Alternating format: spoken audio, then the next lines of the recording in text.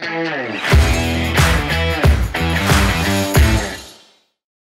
bien, en fait, le personnage que j'ai choisi, c'est Moshe Rabbeinu. Moshe, c'est un personnage tellement central dans la Torah. Et cette possibilité qui a été donnée de recevoir la Torah, elle provient en grande partie de Moshe. On sait que Moshe, il avait une caractéristique extraordinaire, à part que c'était un grand sadique, à part que c'était quelqu'un de très fort. Le Midrash, il dit qu'il faisait 5 mètres de haut. À part le fait il est passé par toutes ces tribulations en Égypte pour pouvoir ensuite être à la hauteur des béné Israël et les faire sortir. C'est aussi que cette proximité qui n'existera jamais, qui a été donnée à Moshe dans une proximité avec Hachem. Évidemment, parce que comprendre qu'un Moshe, c'est un Navi. Un Navi, c'est quoi? C'est un prophète. Et Navi, ça vient de Léavi, le Mévi, celui qui amène. Donc en fait, c'est l'intermédiaire entre Hachem et les hommes. Donc il devait être assez un homme pour pouvoir être proche des humains et qui va transmettre la Torah. D'autre côté, il doit être assez proche d'Hachem pour pouvoir recevoir cette Torah. Et c'est ça le paradoxe extraordinaire, que quand on dit il n'y aura pas un autre prophète comme Moshe Rabbeinu, en vérité c'est ce niveau d'abnégation, ce niveau d'auto-annulation qui a pu faire que il a pratiquement enlevé sa dimension de matière. Et il dit le Maharal de Prague que l'ombre de Moshe était plus concrète que son corps. Ça veut dire qu'il s'est totalement dématérialisé. Et c'est pas étonnant, ce qui est marqué dans le Passouk aussi, que Moshe, il n'a pas mangé pendant 40 jours, il n'a pas dormi pendant 40 jours, il n'a pas bu, qu'en vérité, dans la logique, on pense que c'est une performance, mais d'un autre côté, si on observe que Moshe, il a pris une telle distance avec la matière, alors c'est pas tellement étonnant, puisqu'il est plus assimilable à un ange à ce moment-là, que à une personne humaine, avec des besoins humains. Et il y a cette logique-là, cette proximité qui a fait que Moshe, il a survécu, le seul qui a survécu quand Hachem s'est adressé directement au béné Israël, quand il a dit les 2 premiers commandements, alors à ce moment-là, tout le monde est mort, elle dit la Gemara dans Shabbat, Moshe, il a survécu. Pourquoi il a survécu? Parce que la nature même de la mort, elle est liée à une certaine limite dans la matière. Or, Moshe, il avait dépassé ce niveau-là. C'est pour ça qu'il a réussi à avoir ce contact direct à Kadosh Baruch Hu, sans subir la conséquence directe qui s'appelle Loyarini Adam Vahai, un homme ne peut pas me voir et rester vivant. Donc le fait même que Moshe Rabbeinu a pu avoir ce contact en étant vivant, puisqu'avant ça les prophètes, ils recevaient le message divin soit en rêve, donc en dormant par inconscience, soit parce qu'ils étaient en transe, une forme de transe, il dit le Rambam. Donc à chaque fois, on parle d'un niveau d'inconscience. Mais là, Moshe Rabbeinu, lui, il était conscient, il était réveillé, ouais, et il pouvait parler directement panim el panim, face à face avec Hachem. Et ça vient du fait que Moshe Rabbeinu en lui-même, il avait atteint un niveau de dématérialisation tellement puissant et un niveau de ressemblance à Kadosh Baruch Hu. Au point que les commentaires ne sont pas dérangés de dire que Moshe et Hachem, c'est les mêmes lettres. Moshe et Hachem, même Shin et Shin même.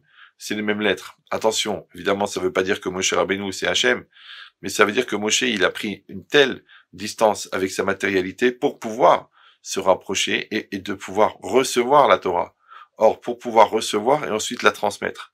C'est pour ça qu'il dit le Nefesh HaChaim que si les Bnei Israël, ils ont eu une telle perception d'Hachem, s'ils ont eu une telle clarté dans la perception, par exemple au passage de la mer Rouge, où ils ont pu dire « Zé Keli ve'anve'u, c'est mon Dieu », Zé, c'est un déterminant. Donc ils disent les commentaires que même Shifra Layam, même une simple servante, sous-entendu quelqu'un qui aurait pas un niveau extraordinaire de spiritualité, elle a pu pointer du doigt Hachem. Ça veut dire que c'est grâce au mérite de Moshe Rabbeinu. Donc Moshe, il n'est pas seulement un récepteur de la prophétie, il est aussi un transmetteur, un espèce de projecteur qui va faire que les gens de sa génération, ils vont pouvoir recevoir. Parce que Moshe, encore une fois, il est vecteur, donc il reçoit, il transmet. Il dit ça prouve un niveau de spiritualité extraordinaire.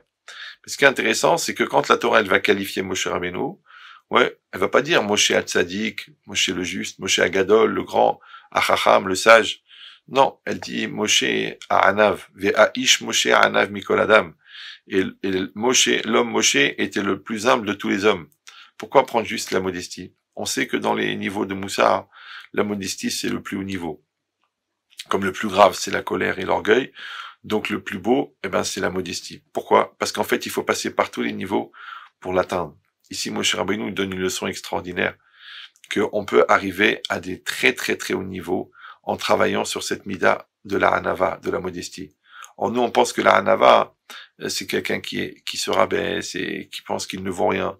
Non, il dit le Nefesh HaChaim à Anav, Ze Amakiret Mekomo, c'est celui qui connaît sa place. Ça veut dire qu'il sait exactement qui il est, où est-ce qu'il en est. Et si sa place c'est d'être petit, eh ben il va être à sa place. Et si sa place c'est d'être grand, il va être grand. Mais il va être l'homme de la situation. La situation en hébreu c'est le makom. Makir et Mekomo qui connaît sa place dans la situation. Mais aussi que makom, ça vient de Mekayem. Mekayem, c'est ce qui rend possible la chose. Ça veut dire un Makir et Mekomo, c'est celui qui connaît en lui la source de tout ce qu'il est, de tout ce qu'il fait, de tout ce qu'il dit. Donc, ce que j'appelle la source de l'impulsion première. Donc, celui qui atteint ce niveau de connaissance de soi, de son intériorité, d'accord? Donc, il sait la place en lui, de lui-même, et la place de son Yetzer Hara, et la place de son Yetzer Tov. Alors, on dit celui qui se connaît, alors c'est celui qui connaît la place de son Yetzer Hara en lui, alors il se connaît à lui, d'accord? Et en même temps, il connaît son créateur.